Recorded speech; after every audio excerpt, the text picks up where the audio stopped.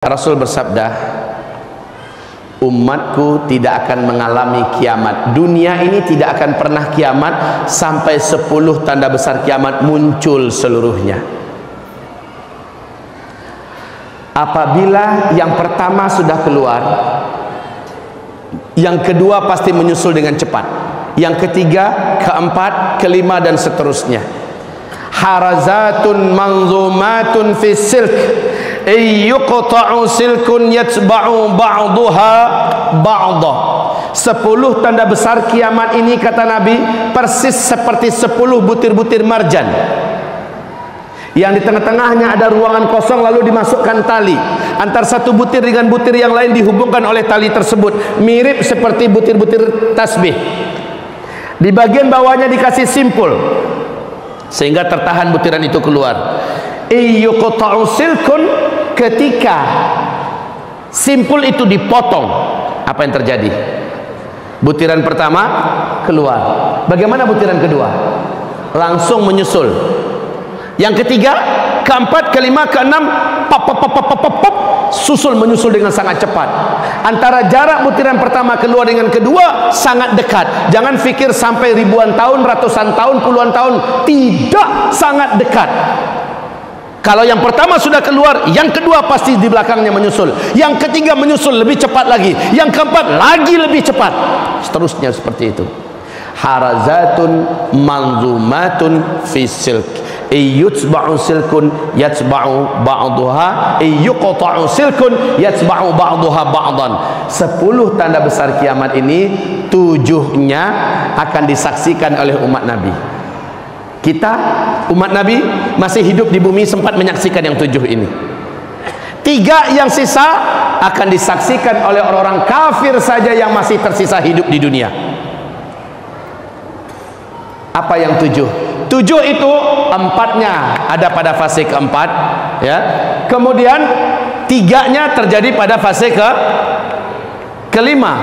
Mari kita saksikan bersama-sama uraiannya berikut ini. Kalau Bapak Ibu membaca buku-buku tentang hadis-hadis fitnah akhir zaman, insya Allah Bapak Ibu akan bingung membacanya. Sebab hadisnya seperti tumpang tindih, Pak. Kayak nggak tertib, nggak teratur. Ini menyebabkan orang, walaupun dia orang alim, kalau dia tidak berdalam-dalam, dia akan penuh dengan kebimbangan dan kebingungan. Kemana nih perginya hadis, kemana? Sejak tahun 2003 saya mencoba membedah kitab-kitab, bermajlis dengan para ulama, bermulazamah dengan ulama ahli hadis, dan saya pastikan kepada mereka, akhirnya urutan berikut insyaallah taala urutan yang lebih banyak dipegang oleh para ulama-ulama ahlus sunnah wal jamaah dari hadis-hadis yang sahih bahkan mutawatir. 10 tanda besar kiamat. Yang awal, ini yang pertama, tanda besar kiamat yang pertama, bumi dibungkus oleh dukhan. Bumi dibungkus oleh dukhan. Gelap bumi ini selama 40 hari 40 malam. Dukhan. Dukhan, ya. Dukhan. Dukhan ini adalah kabut asap, kabut debu yang sangat panas dan sangat tebal. Saking panasnya, kata Rasulullah SAW, orang-orang kafir sampai melepuh kulit mereka. La ilaha illallah, panasnya kayak dalam open, Bu. Saking panasnya, orang kafir loh ya. Dan dari lubang hidung mereka mengeluarkan asap, dari mulut mereka mengeluarkan asap, dari lubang dubur mereka juga mengeluarkan asap. Mata mereka seperti mau lepas dan keluar dari sarangnya. Telinga mereka seperti mau pecah, jantung mereka seperti panas terbakar. Orang-orang kafir dan orang-orang yang beriman hanya imannya menyimpang. Orang-orang Islam yang hobi buat dosa dan maksiat, kata Rasulullah sallallahu alaihi wasallam, mereka sama tersiksanya seperti orang kafir. Akan tetapi umatku yang beriman, imannya lurus, dan amal soleh mereka banyak sebelum itu terjadi, mereka aman. Saat dukhan sudah lenyap, matahari kembali nampak, orang-orang yang beriman dan yang amal solehnya banyak sebelum kejadian itu hanya seperti terserang flu dan demam saja. kulitnya utuh, tubuhnya utuh, dia sehat, dia selamat, hanya seperti terserang flu dan demam saja. Tapi orang kafir, orang Islam yang hobi berzina sebelum kejadian itu, orang Islam yang hobi minum minuman keras, orang Islam yang hobi menelantarkan salat, orang Islam yang hobi durhaka kepada kedua orang ibu bapaknya, orang Islam yang masih hobi makan riba, orang-orang Islam yang masih banyak berbuat dosa dan maksiat, dia sama tersiksanya seperti orang-orang kafir. La haula wala quwata illa billah. Dukhon ini 40 hari 40 malam. Bumi ini gelap gulita. Kalian tidak mampu membedakan kapan siang, kapan malam. Bahkan salah seorang di antara kalian mencoba mendekatkan telapak tangannya ke arah wajah, lam yakad yaraha, tak mampu melihat apa-apa saking tebalnya dukhan itu. La haula wala quwata illa billah. Kaum muslimin yang kami muliakan, setelah dukhan hilang, lenyap, apa kejadian? Besok harinya manusia dikejutkan dengan musibah lanjutan. Semua teknologi sudah berhenti, semua teknologi sudah berakhir. Listrik tidak ada lagi, sinyal sudah hilang, mobil tidak bisa dihidupkan, pesawat tidak bisa dibawa terbang. Semua yang memanjakan manusia dari teknologi dan penemuan-penemuan modern berakhir. Teknologi musnah. Iklim udara di dunia menjadi panas. Sementara ketika orang keluar, sudah banyak bangkai-bangkai yang berserakan. Apakah bangkai binatang atau bangkai manusia yang tidak mampu bertahan meninggal dunia? 40 hari Pak, dibungkus oleh kabut debu yang teramat panas. Maka banyak sekali daun-daun, bunga-bunga segala macamnya, burung-burung yang mati. Setelah itu udara di muka bumi dan iklim udara juga berubah drastis menjadi panas. Air menjadi sulit didapatkan. Air-air menjadi kotor karena debu tadi telah turun dan mengendap kembali di bumi. La haula wala quwata illa billah. Kaum muslimin yang kami muliakan, sejak itu kelaparan mulai melanda di muka bumi. Serentak seluruh dunia mengalami kelaparan. Sepertiga air dari langit Allah tahan, sepertiga tanam-tanaman di muka bumi Allah biarkan mati. Kekurangan pakan secara global, serentak di muka bumi kekurangan makanan. Kalau hanya India yang kekurangan makanan, mudah-mudahan Thailand bisa menolong, Indonesia bisa menolong. Lah ini serentak seluruh dunia kekurangan pakan. Orang berharap mudah-mudahan tahun depan lebih baik, ada solusi, hujan turun lebih banyak. Harapan orang hanya tinggal harapan tahun esoknya lagi, tahun kedua, 2/3 air dari langit Allah tahan, 2/3 tanam-tanaman dan hewan yang dapat dimakan, hewan ternak yang dapat dimakan di bumi Allah biarkan mati. 2 kali lipat daripada tahun yang lalu Pak. Beratnya hidup, kelaparan semakin merajalela di seluruh dunia. Anak-anak kecil banyak bergelimpangan, orang-orang dewasa juga sudah putus asa. La haula wala quwata illa billah. Saat itulah hadis sahih Imam Bukhari di dalam kitab Al-Adabul Mufrad. Rasulullah bersabda, tidak akan terjadi kiamat sampai tetangga tega mendatangi tetangganya demi memperebutkan sepotong roti yang ada pada tetangga yang ini membunuhnya dan mendapatkan sepotong roti itu. Kadang-kadang tetangganya ngaku nggak punya makanan, nggak percaya yang datang ini, dibunuhnya juga. La haula wala quwata illa billah. Beratnya hidup, orang mulai berani memakan bangkai karena lapar. Macam di Suriah Pak, bangkai kucing pun dimakan orang, bangkai tikus pun dimakan orang karena lapar. Ini akan terjadi secara global, bukan hanya di Suriah. Setelah itu tahun ketiga, sama sekali air tidak turun dari langit, sama sekali tanam-tanaman dan hewan ternak yang dapat dimakan di muka bumi mati. Disitulah sahabat bertanya kepada Rasulullah, ya Rasulullah, bagaimana kami melanjutkan hidup ketika makanan saat itu sudah tidak ada? Bagaimana kami bisa bertahan ketika makanan sudah putus, air tidak ada? Nabi menjawab, makan minum kalian saat itu adalah zikir. Dulu Nabi Yunus dalam perut ikan, zikir yang dibacakan oleh Nabi Yunus menyebabkan Nabi Yunus hidup dan selamat. Berapa lama Nabi Yunus dalam perut ikan? 40 hari 40 malam. Para ulama ahli tafsir mengatakan, ada yang mengatakan 1 minggu, ada yang mengatakan 20 hari, tetapi banyak riwayat mengatakan beliau dalam perut ikan 40 hari 40 malam. Dukhan berapa lama? Sama, 40 hari 40 malam. Nabi Yunus dalam perut ikan ada oksigen enggak? Dukhan ketika sangat tebal menyelimuti bumi, gampang enggak mendapatkan oksigen? Sama gelapnya, hitam pekat, sama dengan Nabi Yunus. Ada enggak sesuatu yang dapat diminum oleh Nabi Yunus dalam perut ikan? Tidak. Sama dengan orang yang dibungkus oleh dukhan, kejadiannya sama. Maka Nabi mengatakan sallallahu alaihi wasallam, ala unabbiukum bisyai' idza nazala birajulin minkum karbun aw bala'un min balayad dunya thumma da'a bihi illa furija anhu qalu bala qala du'a'u dhinnun. Mau enggak kalian saya ajarkan suatu amalan, suatu bacaan, apabila kalian mau membacanya, kalian mau mengamalkannya, maka tidak ada musibah seberat apapun yang datang kepada kalian, tidak ada satu bencana sehebat apapun yang menimpa kalian, melainkan kalian kalau membaca ini, kalian amalkan ini, Allah akan selamatkan kalian, Allah akan bebaskan kalian dari bencana tersebut. Mau? Kata Rasul. Para sahabat menjawab, qalu bala, mau ya Rasul, mau. Nabi mengatakan du'a'u dhinnun, doa dhunnun. Dhunnun itu dah gelarnya Nabi Yunus.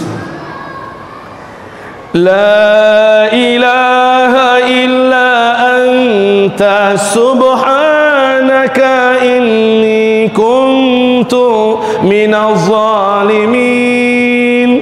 Terus Nabi Yunus membaca itu dalam kegelapan di perut ikan, di tengah kedalaman laut samudra.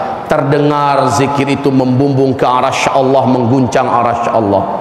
Lalu Allah perintahkan para malaikat turun, kalian periksa siapa yang berzikir itu. Allah maha tahu, tapi Allah ingin beberkan ini kepada makhluk sampai hari kiamat. Malaikat periksa, ternyata zikirnya Nabi Yunus. Maka kata Rasulullah, siapa yang berzikir dengan zikir Nabi Yunus, apapun musibah yang dihadapinya dalam hidup, Allah pasti akan lepaskan dia dari musibah itu. Kesulitan apapun yang dia hadapi dalam hidup, dia zikirkan ini dengan zikir yang sebanyak-banyaknya, Allah akan bebaskan dia dari kesulitan hidup itu. Zikir ini dibaca terus menerus. Baik, kita lanjutkan. Dukhan, itulah dia tahun ketiga setelah dukhan, terjadilah tanda besar kiamat yang kedua. Dan manusia saat itu sudah putus asa untuk hidup. Sampai-sampai orang yang beriman, kata Rasulullah, mereka lewat tepi kuburan. Dia berkata, ini orang beriman loh, orang yang taat, orang yang soleh, lewat di tepi kuburan. Apa katanya? Alangkah bahagianya orang-orang yang ada di dalam tanah itu, kalaulah saya di posisi dia saat ini. Orang beriman, saking beratnya hidup ditahan, ditanggung Bapak, sampai-sampai dia iri dengan orang-orang yang sudah duluan meninggal, yang sudah ada di dalam kuburan. Alangkah bahagianya mereka, padahal tentu mereka bahagia dalam kubur, tapi saking beratnya hidup di dunia. Saat itulah berita kemunculan Dajjal, tanda besar kiamat yang kedua. Dajjal lepas.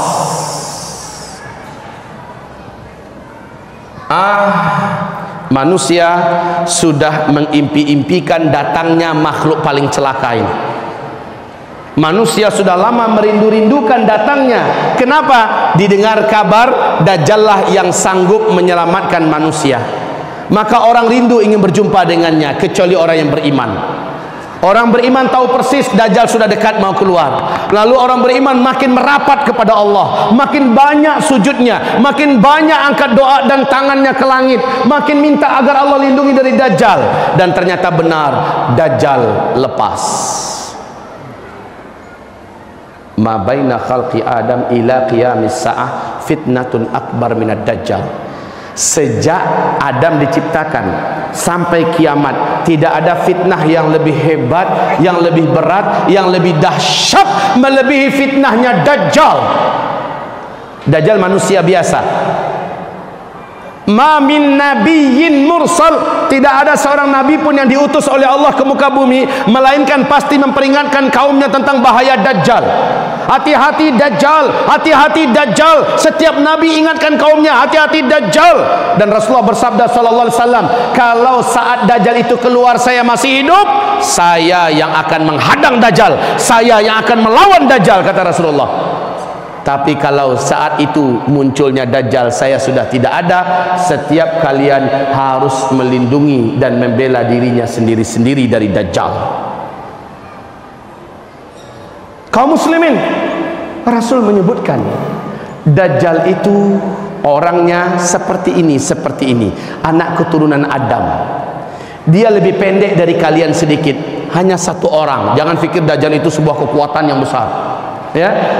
Dia lebih pendek daripada kalian. Mukanya jelek sekali, matanya dua, yang sebelah kanan kata Rasulullah tertutupi oleh melelehnya daging bagian atas menutupi mata, lalu bagian ujung daripada yang menutupi ini lengket ke pipi dan ada membentuk semacam jengger ayam, ya, bergelantungan, jelek sekali Pak. Kemudian matanya yang sebelah kanan itu seperti mau keluar dan nampak lengkungan seperti ini. Mata sebelah kiri sudah mau lepas, warnanya hijau kaca. Rasul mengatakan kulit Dajjal itu putih pucat kemerah-merahan, rambutnya keribu, di sela-sela rambutnya yang keribu ada rambut-rambut yang lurus. Lehernya lebih panjang daripada leher kalian sedikit, bahunya mereng, dadanya lebar, full daging, sekel Pak, full daging, enggak gemuk tetapi sekel, lebar dadanya. Apabila dia berjalan, kata Rasulullah, kaki kiri dengan kaki kanannya, jempolnya saling berdekatan, dua mata kaki saling berjauhan, seperti ini. Jelek sekali. Kaum muslimin yang kami muliakan, tapi jangan lihat orang kayak gitu Dajjal gitu, keturunan Dajjal, ya. Rasulullah menyebutkan khusus orang yang beriman, yang menurut Allah masih ada iman di dadanya. Karena banyak orang nanti merasa dirinya masih beriman, padahal menurut Allah sudah nggak ada lagi iman di dadanya. Khusus orang beriman, dia diberi oleh Allah kemampuan apabila sempat tiba-tiba kepergok atau berjumpa dengan Dajjal, dia pasti bisa melihat ada tulisan kafaro, kafir di antara dua alisnya. Hanya orang beriman, padahal nggak nampak Pak, tapi khusus orang beriman seperti nampak tertulis kafara di sini. Subhanallah kaum muslimin, menandakan kita hari itu masih beriman atau tidak kalau sempat, dan jangan pernah, ya, mudah-mudahan tidak pernah kita berjumpa dengan Dajjal. Nabi mengatakan jangan pernah kalian berjumpa dengan Dajjal, jangan kalian pernah berjumpa dengan Dajjal. Demi Allah kata Rasulullah, Dajjal itu bergelar Al-Masih. Dajjal itu bergelar Al-Masih, Al-Masih Dajjal. Apa makna Al-Masih? Sang penghapus. Dajjal itu ketika dia berjumpa dengan orang, hapuslah iman orang itu, menguap. Bahkan kata Rasulullah, akan datang nanti seorang lelaki yang sangat yakin imannya tidak akan hilang, seorang lelaki yang merasa imannya sudah kuat dan dia tidak akan berubah, tidak akan murtad bila berjumpa dengan Dajjal. Lalu dia keluar dari rumahnya, berjumpa dengan Dajjal. Ketika mana dia bertatapan saling melihat, saat itu hilanglah iman dari dadanya dan dia pun langsung sujud menyembah Dajjal. Padahal laki-laki ini sangat kuat imannya. Maka Nabi haramkan umatnya, jangan pernah nak berjumpa dengan Dajjal, jangan pernah, apalagi niatnya meminta tanda tangan. Siapa yang berjumpa dengan Dajjal murtad, kafir kepada Allah. Dan siapa yang sudah kafir kepada Allah sampai matinya, dia tidak akan pernah lagi beriman kepada Allah. Siapa yang mati, siapa yang kafir gara-gara beriman kepada Dajjal, dia kafir kepada Allah saat itu juga, sampai matinya dia tidak akan pernah lagi beriman kepada Allah. Dajjal memiliki kemampuan sihir yang teramat sangat kuat dan dahsyat, sehingga seluruh dukun-dukun ahli-ahli sihir terhebat di muka bumi akan sujud menuhankan Dajjal. Seluruh pemimpin-pemimpin dunia akan sujud menyembah Dajjal. La haula wala quwata illa billahil aliyil azim. Dajjal memiliki magic yang sempurna kaum muslimin. Dan yang paling menakjubkan, nanti baca di kitab Ensiklopedia Akhir Zaman, calon-calon pengikut Dajjal ketika Dajjal akan keluar ada ciri-cirinya. Nanti selepas zuhur saya uraikan. Salah satunya kaum muslimin yang kami muliakan, Dajjal ini dilayani dan diikuti sepenuhnya oleh setan-setan jin. Coba bayangkan, iblis yang mempunyai bala tentara dari setan-setan yang tidak terkira banyak di jumlahnya di muka bumi ini bersatu berpihak dengan Dajjal. Maka merekalah yang akan membuat makar seolah-olah Dajjal betul-betul Tuhan asli. Betul-betul Dajjal itu Tuhan yang asli. Dajjal menunjuk ke langit, berkumpullah awan, air hujan pun turun. Dajjal menunjuk ke bumi yang gersang dan tandus, bumi itu langsung menjadi subur, tanah-tanahnya menimbulkan buah-buahan dan rumput-rumputan yang tebal, hewan ternak kelihatan gemuk-gemuk dan sehat. Dajjal menunjuk ke arah kuburan, satu pemakaman itu, satu kuburan itu bangkit manusia yang kembali utuh dengan tubuh yang sehat, ya. Dan dia mengatakan, anakku, ayah telah dihidupkan oleh Tuhan kita, ini adalah Tuhan kita. Berjumpa suami yang sudah meninggal dengan istrinya, istriku, ini adalah Tuhan kita, lihat aku telah dihidupkannya. Padahal kaum muslimin, Rasul mengatakan seluruh yang bangkit dari kuburan itu adalah setan-setan yang menjelma menjadi manusia yang dulu pernah mati. Bukan orang yang sudah mati itu, tapi setan yang menjelma dalam wujud manusia-manusia dulu yang telah mati. Orang beriman harus tahu ini rahasia-rahasianya. Tidak ada satu orang pun yang mampu bertahan ketika berjumpa dengan Dajjal. Tidak ada, seluruhnya akan rontok imannya. Tapi kata Rasul, orang beriman yang terserempak. Bahasa Indonesia terserempak ini apa ya? Ini bahasa Malaysia nih. Terserempak itu apa-apa? Mendadak ketemu gitu. Dia sudah berusaha menghindar dan dia nggak tahu kalau Dajjal sudah sampai ke kotanya, lalu mendadak ketemu. Kepergok. Hah? Ya sudah, pokoknya ketemu begitulah, tanpa direncanakannya. Kata Rasulullah, wajib ketika itu membaca surat Al-Kahfi di depannya. Bacalah 10 ayat pertama atau 10 ayat terakhir, jangan lepaskan bacaan itu, ya. Teruslah baca sampai dia betul-betul sudah lepas dari Dajjal. Tutup mata, tundukkan wajah, bacalah surah Al-Kahfi. Alhamdulillahilladzi anzala ala abdihil kitab. Terus baca sampai ayat ke-10, ulang balik baca. Sampai ke-10, ulang balik baca. Betul-betul baru berhenti setelah dia buka mata sudah nggak ada siapa-siapa, selesai. Tapi kalau nggak hafal ini, nah ini yang bahayanya. Pas ketemu Dajjal baru cari Quran. Nggak masanya lagi cari Quran. Tunggu om, cari Quran dulu. Habis nih. Makanya diperintahkan menghafal surat Al-Kahfi. Hafalkan surat Al-Kahfi 10 ayat pertama atau 10 ayat terakhir dari sekarang, dan lancarkan membacanya. Sering-sering bawa dalam sholat. Baik, Dajjal ini kata Rasulullah, ketika dia muncul, seluruh kota-kota di muka bumi akan dimasukinya, dan dia tidak akan memasuki perkampungan, dusun-dusun, lembah-lembah. Dia tidak akan masuk ke daerah yang sedikit manusianya. Di mana manusia yang banyak, Dajjal akan sampai ke situ. Saat Dajjal sampai di situ, magicnya dan kekuatan sihirnya langsung menyebar, sehingga para wanita-wanita pada umumnya kata Rasulullah seperti tertarik untuk keluar dari rumah ingin berjumpa dengan Dajjal. Maka sabda Rasulullah SAW, bila kamu dengar Dajjal sudah sampai ke kota kamu, carilah istri-istri kamu, bawa ke rumah, ikat dia di dalam rumah. Carilah ibunda kamu, bawa ke rumah, ikatlah mereka di rumah, tambatkan mereka ke tiang, ikatkan kakinya. Baca itu hadis, ini hadisnya sahih, jangan katakan saya mengarang-arang. Ensiklopedia Akhir Zaman, Nabi perintahkan, kalau kamu dengar Dajjal sudah sampai masuk ke kota kamu, segera kamu kumpulkan istrimu, anak-anak gadismu, emak-emak kamu, karena yang paling banyak terkena kekuatan sihirnya Dajjal adalah kaum wanita. Ikatkan mereka di rumah-rumah kamu, tambatkan kaki mereka ke tiang-tiang rumah agar mereka tidak keluar. Saking kuatnya, Pak. Bagaimana kalau seandainya iman kita sendiri lemah? Ya udah, dengan bapak-bapak ke bawah, bawa bini, bawa anak, ayo nah. Maka dengan ini memastikan kita wajib memperkuat iman, kita wajib memperteguh akidah, meluruskan tauhid. Kaum muslimin, kita lanjutkan. Dajjal ini, kata Rasulullah, akan muncul dengan tanda-tanda alam yang tidak bisa ditutupi. Dia akan muncul dengan tanda-tanda alam yang tidak bisa disembunyikan, nggak bisa juga dikarang-karang. Di dalam hadis Sahih Muslim, Tamim Ad-Dari bercerita pertemuannya dengan seorang lelaki bertubuh gompal, terikat dengan rantai yang besar kakinya, dan rantai itu menghubungi kedua tangannya, terikat di dua tangannya, dan juga rantai itu menghubungi lehernya, terikat lehernya, tergeletak di lantai di sebuah pulau di Laut Yaman, dalam salah satu kuil tua.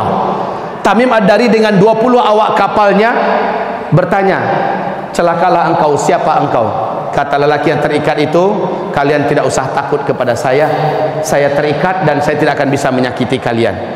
Apakah kalian datang dari Arab? Tamim Ad-Dari menjawab, benar, kami dari Arab. Sudah lama saya menanti-nanti orang Arab masuk ke pulau ini.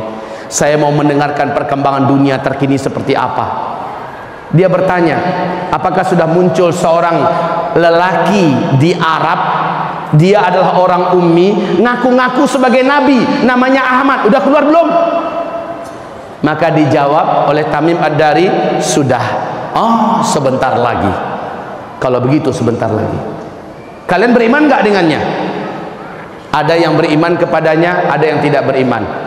Beruntunglah yang mau beriman kepadanya, kata laki-laki ini. Lalu dia bertanya dijawab. Pertanyaan berikut ini yang penting, Pak. Dia bertanya tentang buah kurma di kebun kurma Baisan. Tamim Ad-Dari mengatakan, apanya yang ingin kamu tanyakan? Laki-laki yang terikat itu berkata, sekarang masih berbuah enggak? Sekarang buahnya banyak, lebat. Tidak lama lagi buahnya akan berakhir. Itu adalah tanda-tanda saya akan lepas. Lalu dia bertanya lagi tentang Danau Tiberias. Danau Tiberias, apanya yang ingin kau tanyakan? Kata Tamim Ad-Dari, apakah masih ada airnya sekarang? Menjawablah laki-laki yang terikat itu, airnya sekarang tidak berkurang dan banyak. Laki-laki itu yang terikat ini berkata, tidak lama lagi danau ini akan mengering, tinggal tersisa sedikit. Saat itu saya lepas dan saya bebas. Ketahuilah oleh kalian, saya adalah Al-Masih, kata laki-laki yang terikat itu. Saya adalah Al-Masih. Dia tidak mau menyebutkan namanya lengkap, Al-Masih Dajjal. Dia hanya mengatakan, saya adalah Al-Masih. Ketika saya lepas, saya bebas, saya akan masuki seluruh kota-kota di muka bumi ini. Hanya 2 kota yang saya tidak berhasil masuk, yaitu Mekah dan Tibah, kata beliau. Ketika Tamim menceritakan ini kepada Nabi Muhammad dan dia menyatakan Islamnya, Nabi berkata kepada seluruh kaum muslimin yang ada di Madinah, ketahuilah oleh kalian, lelaki yang ada di pulau Laut Yaman itu, dia adalah Dajjal. Dialah Dajjal. Demi Allah, ciri-ciri yang aku ceritakan kepada kalian lengkap semua yang ada diceritakan oleh Tamim barusan kepada saya. Tibah yang dimaksud oleh lelaki Dajjal itu adalah Madinah ini. Jadi Mekah Madinah hanya 2 kota ini yang Dajjal tidak bisa masuk. Makanya salah satu cara selamat dari Dajjal nanti, kata Rasulullah, larilah kamu ke Mekah atau ke Madinah. Masalahnya ketika Dajjal ini keluar, teknologi udah nggak ada. Kita mau lari ke Mekah gimana? Pesawat yang mau nerbangin kita udah nggak ada. Ya Karim, ya Rab. Wallahi, jangankan Bapak, saya saja kalau berjumpa dengan Dajjal, saya yakin tak tentu saya akan selamat. Ulama-ulama kita kalau berjumpa dengan Dajjal mungkin akan tanggal iman dari dada mereka, saking dahsyatnya makhluk celaka ini. Jadi Pak, makhluk ini akan lepas tak lama lagi kalau melihat tanda-tanda ini. Baik, Rasulullah bersabda, hanya seorang remaja lelaki yang berjumpa nanti dengan Dajjal, ternyata dia seorang yang nggak mau sujud. Dajjal bertanya kepadanya, kenapa kamu tidak mau sujud kepada saya? Tak, saya Tuhan kamu. Tidakkah engkau lihat manusia seluruhnya sujud kepada saya? Remaja lelaki ini berkata, sorry ya, sujud kau hanyalah untuk Allah dan kamu adalah makhluk. Saya tidak akan sujud kepada makhluk. Dajjal marah kepadanya, jika kamu tidak mau sujud kepada saya, kamu tak bunuh. Kata remaja ini, tafadhol, Silahkan. Maka Rasulullah bersabda, dijambaknya rambut remaja laki-laki ini dengan gergaji, dibelah duanya kepala remaja laki-laki ini. Dibelah dua. Si remaja laki-laki mengucapkan la ilaha illallah, dia pun syahid. Terbelah sampai ke dada, terjatuh. Darah bersimbah di lantai. Dajjal mengelilinginya satu kali keliling sambil komat kamit mulutnya membaca mantra-mantra tertentu. Membaca mantra-mantra tertentu. Setelah selesai, Dajjal menunjuk ke arahnya, "Qum, bangkitlah kamu."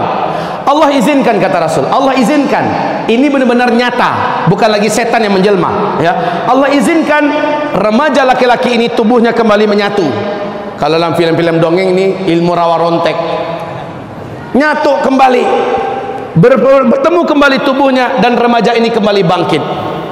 Dajjal bertepuk dada dan bangga kepada para pengikutnya. Kalian lihat, sudah saya bunuh nih anak, dan sekarang saya hidupkan dia di depan mata kalian. Semakin percaya mereka ini memang Tuhan. Sementara si remaja lain lagi, setelah dia bangkit, apa kata Dajjal? Sujud sekarang. Saya sudah buktikan kepada kamu, saya Tuhan kamu. Kamu sudah saya matikan dan saya hidupkan sekarang.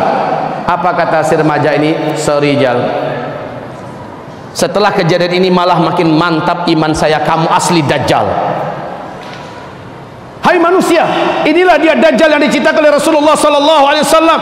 Rasulullah telah menceritakan akan ada seorang remaja lelaki yang akan dibunuh oleh Dajjal karena tidak mau sujud kepadanya, dan Dajjal menghidupkannya kembali dengan izin Allah. Remaja-remaja itu hidup, tetapi setelah itu Dajjal tidak akan sanggup lagi membunuhnya kali kedua, dan juga tidak ada sanggup membunuh manusia manapun. Hai manusia, taubatlah kalian, ini adalah Dajjal, kafirilah oleh kalian dia. Dajjal marah kepadanya, ingin membunuhnya kali kedua. Memang kemampuannya sudah dicabut oleh Allah Subhanahu wa taala.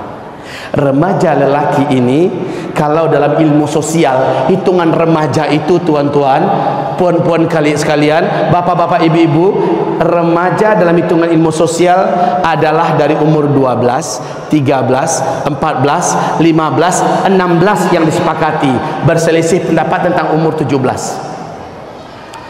Sekarang kita ambil yang sampai 17 aja dah. 12, 13, 14, 15, 16, 17. Ini usia remaja. Oke, dalam ilmu sosial. Pak, apakah Bapak mengikuti perkembangan di Timur Tengah? Hebohnya TV-TV Arab lebih kurang 12-13 tahun yang lalu. Silakan buka kembali di YouTube. Heboh karena di TV-TV Arab diberitakan telah lahir seorang bayi laki-laki di Palestina. Bayi ini baru saja lahir, dia berbicara dengan bahasa Arab fusha. Satu kali saja. Setelah itu dia normal seperti bayi-bayi pada umumnya. Dan ini diadakan wawancara karena gempar. TV-TV Arab yang saya langsung tonton acara TV-nya Pak, Qatar TV. Seorang tokoh muslim di Palestina diwawancarai. Dia bersaksi, dia bersumpah, silahkan tanya syekh-syekh kami di Palestina, bahwa ini nyata. Seorang bayi laki-laki telah lahir. Telah lahir, berbicara dengan bahasa Arab fusha satu kali saja. Apa katanya? Berikut ini, silahkan terjemahkan. Ana rajulun sayaqtuluni dajjal wala yaqtulu ba'di ahadan abada. Kurang lebih seperti ini. Ana rajulun sayaqtuluni dajjal wala yaqtulu ba'di ahadan abada. Kemudian bayi ini normal umumnya seperti bayi-bayi yang lain. Bisa ada yang bantu terjemahkan selain Abah? Ada bisa bantu terjemahkan? Ana apa artinya? Nah itu kan bisa. Rajulun, seorang lelaki, saya qutuluni dajjal, yang nanti saya akan dibunuh oleh dajjal. Wala yaqtulu ba'di ahadan abada. Setelah itu dajjal tidak akan sanggup lagi membunuhku, dan tidak pun seorang pun setelahku membunuhnya. Dajjal sudah tidak mampu, seorang pun selama-lamanya. Kejadian ini sekarang sudah masuk tahun ke-13. Sudah masuk tahun ke-13.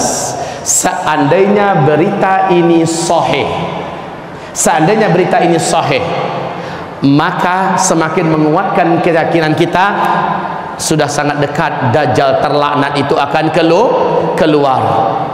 Umurnya sekarang masuk 13, 14, 19, 16, 17. Berarti dalam hitungan tahun yang sangat dekat si Dajjal celaka ini akan keluar. Siap atau tidak? Siap atau tidak? Demi Allah saya tidak siap. Bapak gimana? Kalau ada yang berani mengatakan siap, terlalu. Saya tidak siap. Dajjal ini terlalu berat untuk dihadapi. Sedangkan para nabi saja berlindung kepada Allah dari Dajjal. Bagaimana lagi orang biasa macam kita? Tapi kenyataannya sudah sangat dekat. Ustadz, bisa jadi itu rekayasa TV Pak Ustadz supaya laris acaranya. Mungkin. Bisa jadi ini adalah rekayasa TV, dibuat-buat agenda dan acaranya. Tetapi kaum muslimin, ini TV-TV Arab memuat semua ya. Jika ini memang rekayasa, bagaimana tentang Danau Tiberias? Bisa direkayasa nggak ini? Nggak bisa. Bagaimana dengan pohon kurma di kebun kurma Baisan? Bisa direkayasa nggak? Nggak. Karena hadisnya sahih. Taib kaum muslimin hamba-hamba Allah yang kami muliakan, tentang kemunculan Dajjal, tanda-tandanya sudah sangat-sangat dekat. Bapak lihat, hampir negara-negara besar di dunia mempersiapkan kemunculan Dajjal. Negara-negara besar dunia mempersiapkan ciri-ciri dan tanda-tanda kemunculan Dajjal. Bapak, Dajjal nanti masuk ke Madinah, nggak bisa. Ketika gagal masuk Mekah, nggak bisa. Dia bercoba masuk Madinah, juga tidak bisa. Kenapa tidak bisa? Sudah ada malaikat yang menghunus pedang di tiap-tiap pintu masuk Mekah atau Madinah. Maka Dajjal tak berhasil masuk. Dajjal naik ke atas sebuah bukit di luar kota Madinah, kata Rasul, dan melihat ke arah Madinah. Dajjal berkata sambil menunjuk ke masjid Nabi, itu adalah istana putihnya si Ahmad. Itu adalah istana putihnya si Ahmad. Dia menghentakkan kakinya 3 kali di atas bukit itu. Gempa ke satu kota Madinah. Orang-orang munafik, orang-orang musyrik yang tinggal di dalam kota Madinah keluar seluruhnya, keluar dari kota Madinah, bergabung dengan Dajjal. Dan ketahuilah, bukit tempat dia menghentakkan kaki disebut dengan Bukit Garam. Oleh ulama sekarang disebut dengan Bukit Dajjal. Tahu tidak Bapak Ibu, di mana bukit ini berada di Madinah, di luar kota Madinah? Sekarang bukit itu di atasnya sudah dibangun istana kerajaan. Jadi yang Bapak lihat masuk ke Madinah, pergi ke Uhud, ada nampak satu bukit didirikan istana, itu adalah bukitnya Dajjal. Itu Bukit Garam. Masya Allah, kayak dipersiapkan, inilah tempat ente nanti wahai Dajjal. La haula wala quwata illa billah. Kaum muslimin yang kami muliakan, sementara istana putih yang ditunjuk oleh Dajjal ke Masjid Nabawi, ketika Nabi melafazkan hadis ini, seperti apa kondisi Masjid Nabawi? Lantainya saja masih tanah. Betul? Lantainya saja masih tanah, tiang-tiangnya masih pohon kurma, atapnya masih pelepah kurma. Sementara Dajjal di akhir zaman mengatakan itu istana putihnya si Ahmad. Masjid Nabawi sekarang kondisinya mirip istana enggak? Mirip kaum muslimin. Ketika Dajjal menunjuk itu adalah istana putihnya Muhammad, kondisi Masjid Nabawi sekarang lah yang paling cocok. Masya Allah. Baik, Dajjal tidak lama setelah dia keluar, bumi ini dikelilinginya, masanya tidak lama, hanya 1 tahun 2 bulan 2 minggu, Dajjal pun selesai masanya. Kenapa? Muncul tanda besar kiamat yang ketiga. Turunnya dari langit manusia yang sudah disimpan oleh Allah, khusus muncul di akhir zaman membunuh Dajjal. Siapa? Isa alaihis salam. Isa alaihis salam. Nabi Isa alaihis salam turun di Damaskus, di masjid yang ada menara putihnya, kata Rasulullah. Isa akan turun di Damaskus, di Dimashq, bi manaratil bayda, di menara yang masjid yang ada menara putihnya. Kaum muslimin yang kami muliakan, masjid ini ternyata di Damaskus hari ini sudah ada, dan dia seperti yang ditulis oleh Syekh Al-Hafiz Al-Mufassir Al-Muhaddis Al-Hafiz Ibnu Katsir dalam kitab Tafsir Al-Quranil Azim menjelaskan bahwa sesungguhnya Masjid Jami' Amawi, disitulah nanti tempat turunnya Nabi Isa. Ada menara putihnya Pak. Ini termasuk masjid yang sampai hari ini belum dirusak oleh Bashar Assad.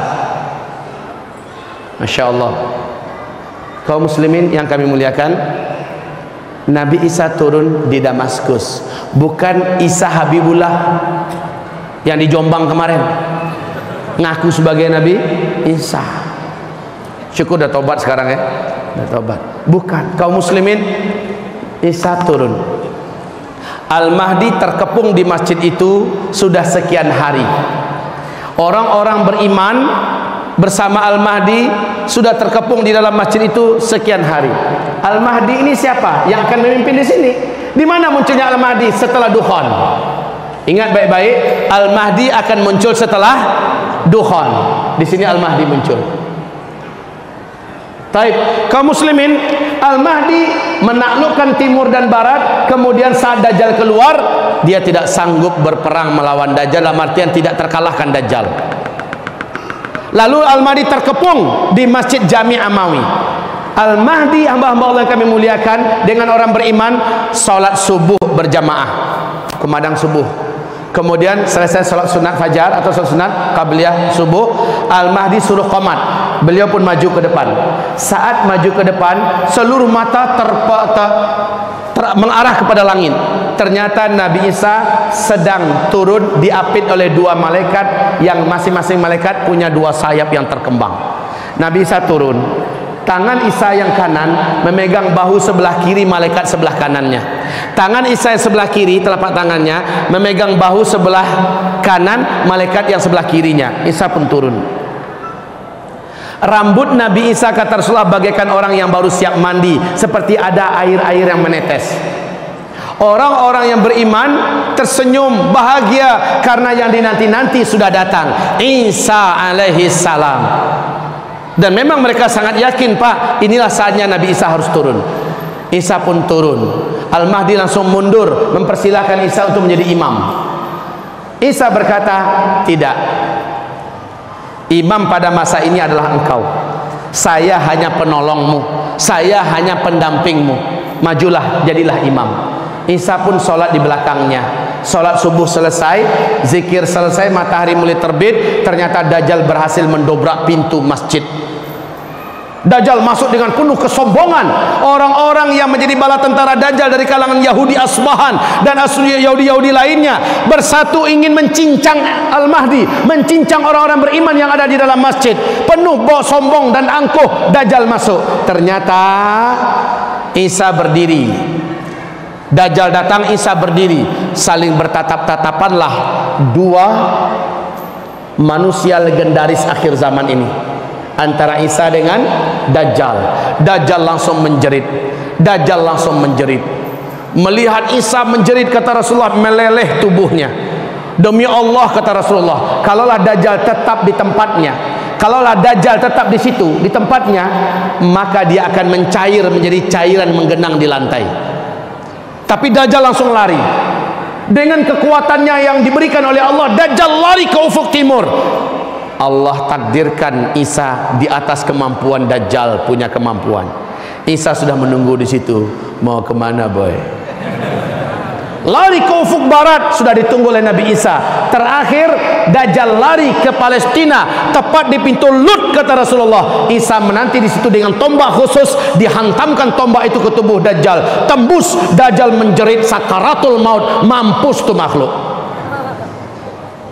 Darah yang membasahi tombak datang kembali dari Palestina dengan kecepatan yang Allah takdirkan, bergabung dengan Al-Mahdi dan orang-orang beriman. Isa kasih tunjuk, Dajjal sudah terbunuh.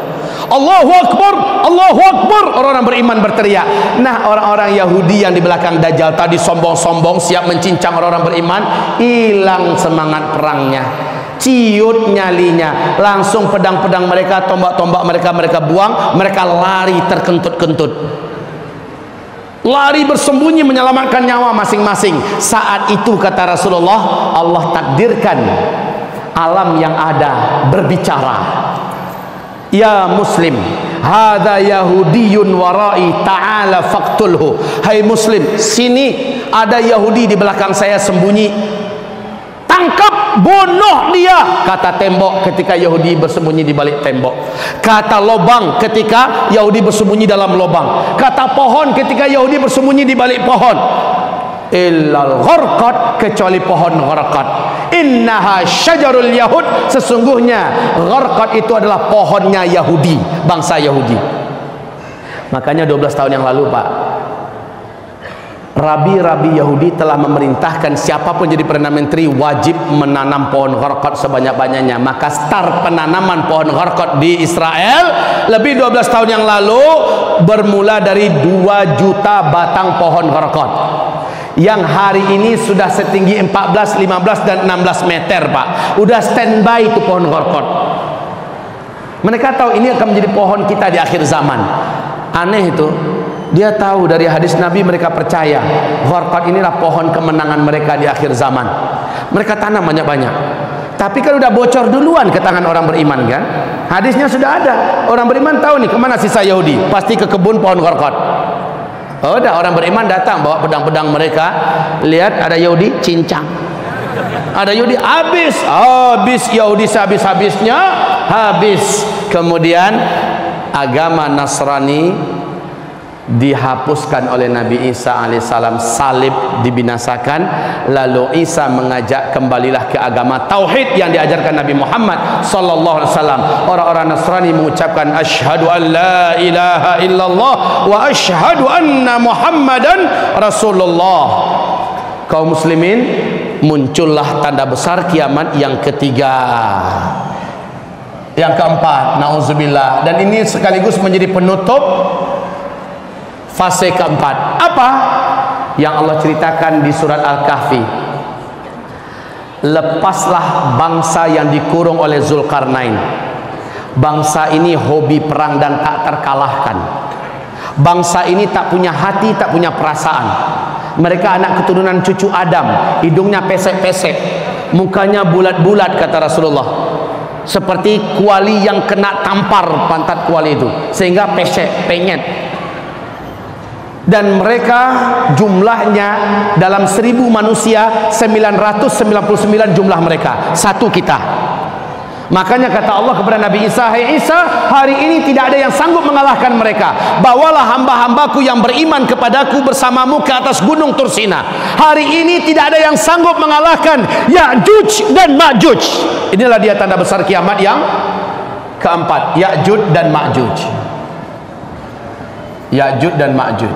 Kaum muslimin, Ya'juj dan Ma'juj ini jumpa anak-anak mereka bunuh, jumpa wanita mereka bunuh, jumpa laki-laki mereka bunuh, siapapun manusia yang mereka temui pasti mereka cincang, mereka bunuh. Hewan ternak yang mereka jumpai pasti mereka makan. Mereka benar-benar brutal, tak punya perasaan, tak punya hati. Sisa air danau Tiberias yang masih tersisa kata Rasulullah, rombongan Ya'juj Ma'juj yang paling pertama lepas menuju kepada danau ini karena haus, mereka minum airnya. Saking banyaknya jumlah mereka, sisa air yang ada itu habis oleh mereka. Rombongan yang belakang menyusul, loh kok udah kering? Padahal kawan-kawannya di depan yang habisin. Kaum muslimin, permukaan bumi kata Rasulullah tertutupi oleh banyaknya jumlah mereka. La haula wala quwata illa billah. Saya nggak tahu Ya'juj Ma'juj itu sampai nggak ke sini, ke Sentul. Saya nggak tahu sampai atau tidak ke Indonesia, wallahu a'lam. Yang pasti kata Rasulullah, Jazirah Arab, Khurasan, Syam akan tertutupi oleh banyaknya jumlah Ya'juj dan Ma'juj. Memang luar biasa kaum muslimin. Isa singkatnya lari ke atas gunung Tursina, orang-orang beriman ikut dengannya. Sejauh mata memandang, Ya'juj Ma'juj semuanya, kemana saja mata memandang, kayak semut menutupi bumi Pak, banyaknya, dan mereka masing-masing membawa senjata. La haula wala quwata illa billah. Lalu Nabi Isa angkat tangan, ya Allah, tidak ada yang sanggup menghadapi Ya'juj dan Ma'juj ini kecuali hanyalah Engkau. Habisilah mereka dengan caramu ya Rabbal Alamin. Lalu Allah matikan mereka serentak. Allah datangkan ulat-ulat yang tak dari bazar menggerogoti dan memakan tubuh mereka. Mereka menggelepar di mana-mana, mati. Kuman-kuman bakteri menyatu dalam menghabisi mereka. Satu buka bumi mati Ya'juj dan Ma'juj. Bumi menjadi busuk sebusuk-busuknya. Nabi Isa kembali berdoa, ya Rabb, tidak ada yang mampu membersihkan bumimu kecuali hanyalah Engkau. Bersihkanlah wahai Rabbul Alamin. Allah pun mendatangkan dari langit burung-burung yang besar, Jumlah burung tersebut kata Rasulullah siang bolong macam ini Pak, langsung menjadi gelap gulita, seperti malam, tengah malam jam 1 jam 2, pekat segelap-gelapnya.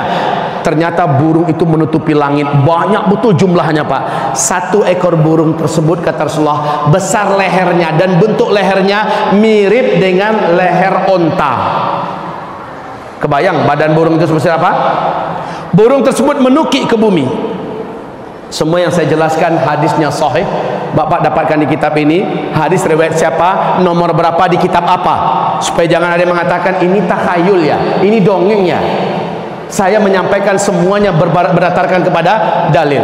Baik, burung tersebut menukik. Satu ekor burung mengangkat satu bangkai Ya'juj Ma'juj dan dibawa terbang. Kemana dibawa terbang? Dan di mana burung itu sekarang Allah sembunyikan? Mau tahu jawabannya? Mau tahu? Saya jawab sekarang. Mau tahu Bu? Burung itu di mana sekarang? Sebegitu banyak jumlahnya. Lalu bangkai ini kemana dibawa lari oleh itu burung? Jawaban saya adalah jawaban yang diajarkan oleh guru Imam Syafi'i, yaitu Imam Malik bin Anas. Dan ini jawaban paling ilmiah yang paling senang melepaskannya. Ini adalah jawaban yang membuat Bapak tidak ingin lagi bertanya. Jawabannya adalah entah. Selesai. Di mana burung itu sekarang? Entah. Kemana bangkai-bangkai ini dibawa oleh burung itu? Entah. Tapi burung ini pasti datang, ada hadisnya. Jumlahnya sangat banyak, ada hadisnya. Bentuk burungnya seperti itu, ada hadisnya. Di mana burung itu Allah sembunyikan sekarang? Nggak ada hadisnya, tidak ada ayatnya. Karena nggak ada, jangan ngarang-ngarang. Ini masalah gaib. Menurut saya memang ente siapa? Menurut saya. Rasul aja nggak tahu, maka jawaban yang paling aman adalah entah. Kemarin ada yang bertanya pada saya, Pak Ustadz, kenapa harus entah jawabannya? Kenapa bukan Allahu a'lam saja? Begini Pak, Allahu a'lam itu adalah istilah para ulama ahli fikih. Ada perbedaan-perbedaan pendapat, manakah yang paling benar di antara perbedaan pendapat itu, baru jawabannya Allahu a'lam. Allah yang maha tahu, ya. Baik Bapak Ibu yang kami muliakan, setelah Ya'juj Ma'juj dihabisi oleh Allah, dunia langsung menjadi tenang dan aman. Kemudian kita masuk fase kelima. Fase kelima, jangan kemana-mana, tetaplah di tempat. Insya Allah kita akan lanjutkan setelah kita melakukan beberapa agenda berikut ini. Baik kaum muslimin, tadi kita sudah sampai kepada pembahasan terbunuhnya Ya'juj dan Ma'juj. Manusia masuk pada fase yang kelima. Fase yang kelima. Pada fase yang kelima ini, tadi ada buku di sini, mana begini? Ya, satu lagi zikir. Syukur. Pada fase yang kelima ini disebut dengan masa-masa aman. Dunia benar-benar aman, tidak ada perang. Padahal sebelumnya kecamuk yang ada di permukaan bumi adalah perang, pembantaian, pembunuhan, penyakit, kelaparan, musibah ini, bencana itu, susul menyusul, mengerikan. Tapi di fase kelima tenang setenang-tenangnya. Tidak ada sedikit pun kejahatan, maling, penipuan, perampokan, kejahatan, begundal-begundal keluyuran, pemerkosaan, tidak ada. Bahkan hewan-hewan buas sekalipun pada fase kelima kata Rasulullah, Allah jadikan seperti hewan jinak. Ular hitam paling berbisa, gurun Sahara, ditemukan bermain-main dengan bayi dan tidak menggigitnya. Wanita berjalan kaki seorang diri dari Hadramaut tanpa mahram, seorang diri tanpa rombongan, jalan kaki dari Hadramaut ke Mekah untuk melaksanakan ibadah haji, aman pergi dan pulang, tidak ada yang mengganggu di jalan, saking amannya. Makanya fase kelima ini disebut dengan masa-masa aman. kekayaan di muka bumi melimpah ruah, Arab secara keseluruhan menjadi hijau, sungai-sungai di gurun Sahara mengalirkan air, hewan ternak menjadi gemuk-gemuk, susu mereka penuh, emas melimpah ruah di mana-mana. Emas ya, bukan simas. Emas melimpah ruah di mana-mana, sehingga sang khalifah berkata kepada rakyatnya yang mau emas, silahkan ambil berapa kalian perlu di gudang emas kita. Silahkan ambil emas berapa perlu, maunya berapa ambil saja. Masya Allah. Pada masa itu kata Rasulullah SAW, seorang tetangga datang pada tetangganya untuk menghadiahi tetangganya itu 2 genggam emas yang menjulang. Ambillah emas ini pemberian dari saya, ini hadiah saya. Apa kata si tetangga? Kamu orangnya baik sekali, terima kasih banyak. Di belakang di dapur saya ada 3 karung, mau diapakan? Saking makmurnya manusia ketika itu. Tapi fase tersebut hanya sebentar, dan mayoritas yang masih hidup ketika itu adalah kaum wanita.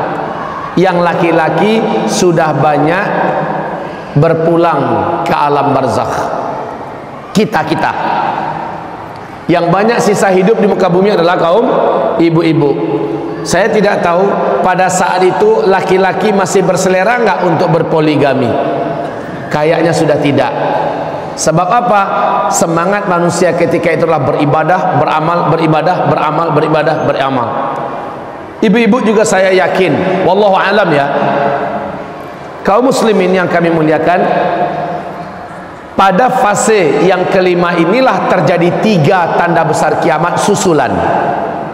Tanda besar kiamat yang kelima di sini.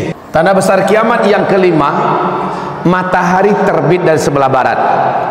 Inilah dia batas taubat itu ditutup. Syahadat orang yang ingin masuk Islam ditolak. Matahari terbit dari barat. Kaum muslimin, Syekh Imran Hussein mengatakan, mentakwil ini hadis, maksudnya bukan fisik matahari ini katanya, tapi Islam nanti akan muncul kembali. Islam akan jayanya dari barat, dari Amerika, dari Eropa, dari sana Islam akan bangkit, kata Syekh Imran Hussein, tanpa mengurangi rasa hormat kita kepada beliau, tanpa mengurangi rasa hormat kita kepada Syekh Imran Hussein. Saya menolak pernyataan beliau ini. Sebab apa? Hadis sahih Imam Muslim, Nabiullah Muhammad sallallahu alaihi wasallam menyebutkan bahwa fisik matahari yang hari ini menerangi bumi, nanti kata Nabi sallallahu alaihi wasallam akan dipanggil oleh Allah untuk sujud di bawah arasy. Kalian yang ada di muka bumi gelap gulita, malam terasa panjang seperti 3 malam berturut-turut. Jadi memang betul-betul fisik matahari ini. Kemudian Allah perintahkan kembali kepada matahari, terbitlah engkau dari arah biasanya engkau tenggelam. Maka matahari pun sami'na wa ata'na, dia pergi terbit dari sebelah barat.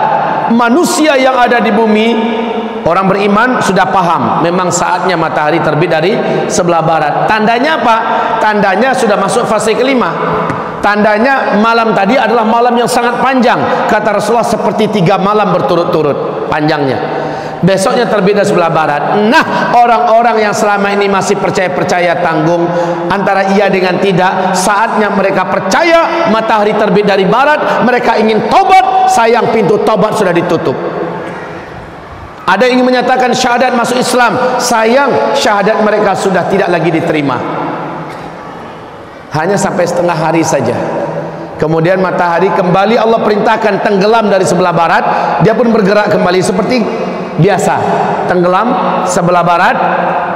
Setelah itu besoknya matahari muncul dari sebelah timur seperti biasa. Setelah matahari terbit dari sebelah timur, waktu duhanya terjadi tanda besar kiamat yang ke-6. Dan ini Allah ceritakan dalam Al-Quran, keluarnya binatang dabbatul ardi dari dalam perut kota Mekah. Dan dalam perut bumi kota Mekah muncul seekor binatang berkaki banyak. Binatang ini dapat berbicara dengan bahasa Arab fusha. Allah menyebutkan nama binatang ini dalam Al-Quran dengan sebutan dabbatul ardi. Nama binatangnya adalah dabbatul ardi. Binatang ini, kata Rasulullah, membawa tongkat Nabi Musa dan cincin Sulaiman. Manusia yang ditemui oleh binatang ini, apabila dia orang beriman, binatang mengusapkan cincin Sulaiman ke wajahnya. Satu kali usapan saja, wajah tersebut menjadi putih, bersih dan bercahaya. Apabila dia berjumpa dengan orang kafir, ujung tongkat Nabi Musa diketokkan ke ubun-ubun orang tersebut, maka menghitamlah wajahnya menjadi suram dan buram. Saat itu orang beriman dengan orang kafir sangat mudah menandakannya. Yang putih, bersih, bercahaya menandakan orang beriman. Yang hitam, buram, jelek rupanya, jelas adalah orang kafir. Uniknya, antara orang beriman dengan orang kafir sudah bisa hidup bertetangga tanpa ribut, tanpa perang, tanpa kegaduhan, akur, rukun, aman. Inilah dia masa-masa aman. Binatang ini, kata Rasulullah, muncul di 3 tempat dari bumi ini, 3 tempat yang berbeda, di waktu yang berbeda-beda. Setelah selesai, sang binatang hilang kembali, tenggelam ke dalam perut bumi. Barulah terjadi tanda besar kiamat yang ke-7. Apa tanda besar kiamat yang ke-7? Angin lembut bertiup dari negeri timur, di hadis yang lain dari Yaman. Angin lembut ini membawa kematian. Angin lembut membawa maut. Siapa yang dijemput oleh angin ini? Yang dijemputnya hanya khusus umat Nabi saja yang beriman. Siapa saja, kata Rasulullah, orang yang di muka bumi ini masih ada iman kepada Allah, walaupun imannya hanya seujung kuku. Orang ini hanya kenal dengan Allah dan percaya Allah ada dan pandai melafazkan kalimat Allah, dia akan didatangi oleh angin lembut ini. Walaupun dia di gunung, kata Rasul, walaupun dia di dalam gua, walaupun dia ada di pulau, dimanapun orang itu berada, angin ini akan sampai kepadanya. Saat terhirup olehnya angin itu, saat angin tersebut menyentuhnya, dia meninggal di tempat. Serentak satu muka bumi, orang Islam, umat Nabi Muhammad meninggal dunia. Selanjutnya kaum muslimin, selesai. Tanda besar kiamat yang ke-8, 9, 10 ini hanya orang-orang kafir saja akan menyaksikan. Nabi bersabda, tidaklah yang menyaksikan kiamat melainkan seburuk-buruk manusia, sekafir-kafir manusia, sejelek-jelek nasib manusia di dunia, merekalah yang akan menyaksikan kiamat besar, kehancuran alam semesta. Tanda besar kiamat yang ke-8, seluruh daratan bumi sebelah timur tenggelam. Australia, New Zealand, Indonesia, Singapura, Malaysia, Filipina, Thailand, Jepang, China, India, terus naik sampai ke Rusia, tenggelam masuk ke dalam laut. Ini tanda besar kiamat yang ke-8. Tanda besar kiamat yang ke-9 langsung menyusul dalam waktu yang bersambungan. Tenggelamnya seluruh daratan bumi yang ada di sebelah barat.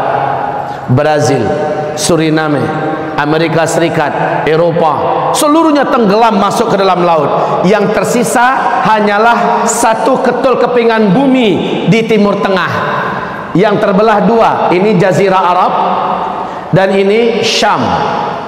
Syam sekarang adalah Yordania, Lebanon, Suriah dan Palestina. Sementara Jazirah Arab, Arab Saudi, Qatar, Kuwait, Bahrain, Uni Emirat Arab, Oman dan Yaman. Yang nanti namanya akan kembali seperti Jazirah Arab, ini akan kembali namanya kepada Syam. Cuma ini yang tersisa. Tanda besar kiamat yang ke-10, kata Rasulullah. Ini Yaman, Pak. Ini Yaman. di Jazirah Arab.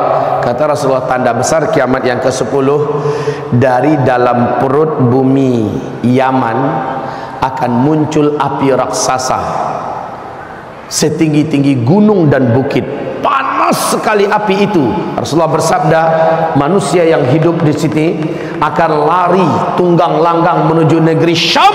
Saat mereka sudah berkumpul di negeri Syam, seluruhnya sudah kumpul di sini, malaikat Israfil meniup sangkakala kiamat yang pertama. Terjadilah kiamat besar, kehancuran alam semesta.